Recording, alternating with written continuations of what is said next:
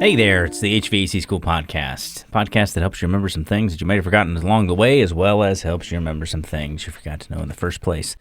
This episode is going to be about intangibles that a technician needs. And we've done some similar episodes to this, but I want to go through some things that are truly intangible.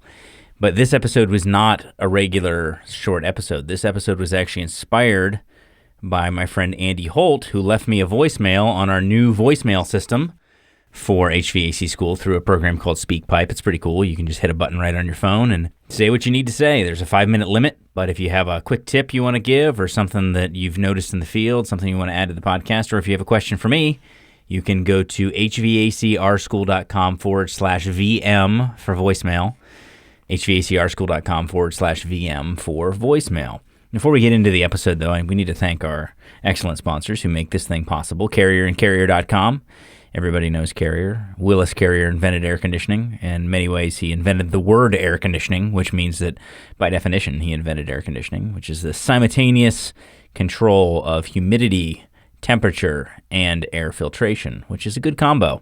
We're proud to work with Carrier. They've always treated us well. You can find out more by going to Carrier.com. Also, refrigeration technologies at refrigetech.com, makers of so many different great chemicals for our industry, chemicals that are much more natural than chemical in many ways, and we've been enjoying using the Viper cleaners. Check them out by going to refrigetech.com or by going to truetechtools.com. You can use our discount code, which is GetSchooled, for a great discount at checkout. And I also want to thank Navac. You can find out more about Navac vacuum pumps and tools by going to True Tech Tools. They have all their products there at True Tech Tools, and you can also go to navacglobal.com. And then also Aeroasis at aeroasis.com/go to find out about the nano and bipolar air purifiers. All right. Oh, actually something else. Sorry. One more thing before we get in. I am working with SolderWeld now. And SolderWeld is not a sponsor of this podcast, but they are a company that I've been working closely with, helping them develop new products and testing and just making sure that they're going to be great for the HVAC industry. And the answer is that they are. And so the trick with SolderWeld is that they are available at several different supply houses in Florida. Johnstone's bringing them in.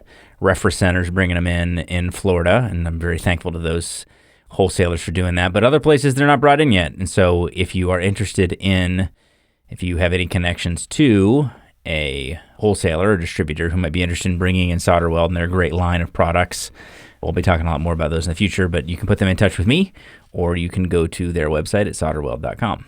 So today we're talking about some intangibles. But first, let's listen to Andy. Hey, Bryan, this is Andy Holt out of Columbus, Georgia. Just checking out your new widget here, leaving voicemail. That's pretty cool. Love the site, love what you guys are all about. As a recommendation, I'd love to see a little bit more of the people side of the business being brought into it. In other words, customer service stories, things like that. I know you're a technical site, but like Ron Smith taught me years ago, that our customers never, ever compliment our technical skills. They always compliment how we made them feel. And I've never forgot that. So that's what I'm all about. But anyway, love to share your site and tell others. You take care and keep on keeping on. All right, so that was Andy Holt. Andy, he didn't mention it, but he is the founder of Outdoor University for HVAC techs. You can find out more by going to toprate.com is his organization. He's a really great coach on the soft skills and the intangibles. He would probably be more qualified to talk about this than me, but since this is a short episode, all you get is me. So let's go through real quick. First thing that I think it takes, first intangible for a good technician, is just overall awareness. Being aware of self, being aware of what's around you, the equipment that's around you, the customer, how they're feeling, their pets, their children, all those things that could potentially lead to problems. And so you want to be really thoughtful and you want to be really aware. But another thing that goes along with awareness is the ability to let things go. So technicians who are aware, often good techs, tend to notice everything. But a lot of older techs, especially guys who I've worked with over the years who've been doing it 10 plus years, even if they're not older, but they've been doing it a while, they tend to let all the bad experiences build up. And that kind of grows on them and they become grouchy. I mean, I'm sure you've experienced this. If you've been in the business a long time, you start to get kind of jaded. And so one really good intangible trait of a good technician, a soft skill that you kind of learn, is how to let things go. How to let it go before you hit the porch of the house so you don't bring that stuff home, and how to let each previous day go when you wake up the next morning and go out to do your job. So I would say that's a first thing, because otherwise if you don't learn to let things go, then all these other traits are going to get worse as you go on. You're going to get grouchier and grouchier.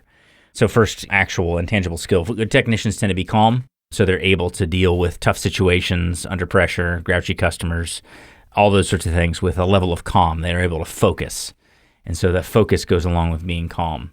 They tend to be, from an intangible standpoint, being a happy person goes a long way. If you're a person who lets the troubles of your life get you down and you let that impact how you communicate with customers, then your customers are not going to have a good experience. And so one of the first things that I talk about with our technicians is that when you show up at that doorstep, obviously you got to look professional, all that, but more than anything else is you got to act like you're happy to be there in a calm way. Because again, remember, calm was first, not in an overly enthusiastic way, but in a way that makes the customer know that you're having a good day and that you're ready to take care of their problem. Nobody wants to work with somebody who's not happy to be there. Another intangible that either you learned or you didn't was the ability to give eye contact. Eye contact signals to the other person that you're listening to them. Now, eye contact can be overdone. We've probably all met the person who kind of stares you down. So you want to be careful with that, especially if you have maybe an intimidating visage. I don't know if that's the right word, visage. I just felt like saying that. If your face is maybe an intense face, you don't want to stare them straight in the eyes. But eye contact is an important way, nodding to let the customer know that you're paying attention to what they're saying rather than just saying what you want to say. Another thing that customers assess, and this may not be seen as an intangible, but I think it is action. And so sometimes when you get to be a really good technician, you just know kind of what's going on intuitively. But customers want to see a measure of action to what you do. You've heard the thing of, well, why do I have to pay you this much? All you did was just look at the thermostat and tell me I need a new thermostat, or whatever the case may be. One good thing that a technician can do in order to give the customer value is to go through a list of things that you check before you start giving a diagnosis. And that's something that we teach. Is just because you find the problem in the first 2 seconds doesn't mean that you need to tell the customer that you found the problem in the first 2 seconds. They want to see you taking some action, that you're really inspecting everything, and then you come back to them with your diagnosis. That also means when you're taking action, you want to do it in such a way that has the customer feeling like you actually care about doing your job in a quality and efficient way. So if you're kind of dragging, obviously you don't need to overwork yourself for no reason. You don't need to be running all over the place, but you need to be moving with a purpose.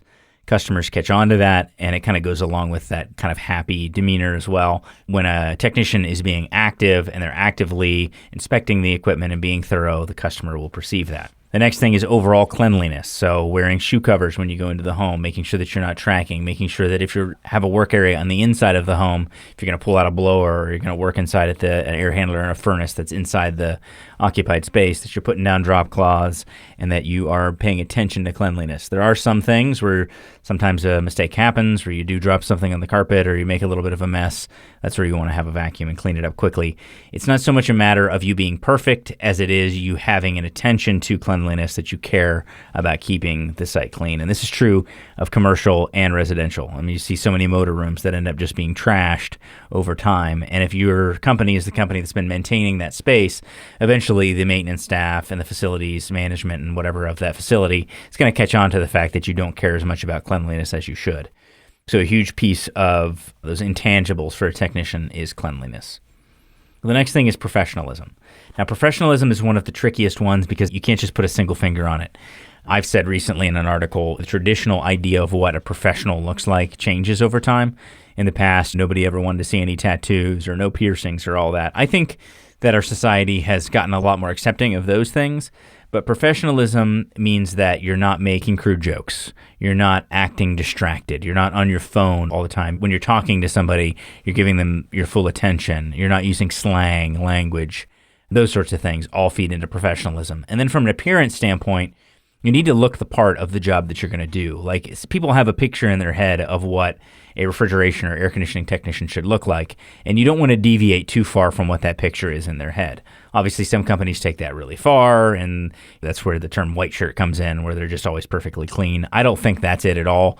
If I have somebody who's going to be working on my home or on my car, for example, I used to work more on my car early on. Nowadays, I tend to take it to a garage. I don't want to see a mechanic that's spotless, but I also don't want them to look like a total slob in most cases, because that tells me the attention to detail that they're going to place in my car. So again, a lot of different opinions about that, but I would say that generally speaking, you don't want to go too far outside of the norm of what a customer would expect from a professional appearance standpoint. And then how you interact, it needs to always be professional. A lot of technicians end up faulting on the very friendly side. Friendly is fine, but you have to be really careful not to cross any lines.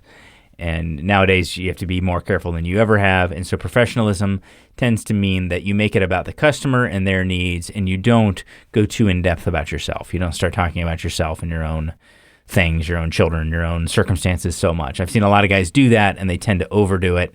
And that goes back to the self-awareness thing of, if you've been talking about yourself a lot, then you haven't been spending as much time listening to what the customer has to say. Obviously, having a rapport with the customer where they feel like you have their best interest at heart, that's important.